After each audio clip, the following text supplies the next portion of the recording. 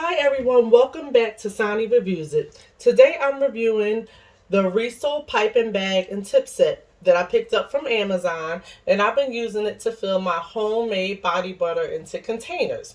This is a 124 piece set, and it actually comes with 100 disposable piping bags like this, and 16 piping tips, and a reusable pastry bag, and 2 couplers, 3 cake scrapers, and icing bag ties.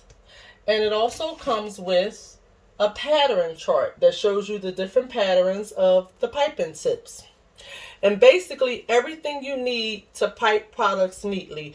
And I love how the bags are anti-burst, so even my thick whipped body butter that goes on smooth without any mess. The reusable bag is super sturdy. This bag right here is actually super sturdy and easy to clean.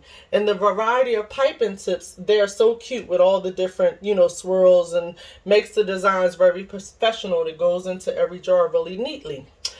Filling the jars for gifts or selling small batches has never been easier. And the body butter, it looks beautiful and is uniform when you put it into the jar. And overall, if you make DIY skincare or whipped body butter, this piping set is totally worth it. So don't forget to like, comment, and subscribe for more honest product reviews.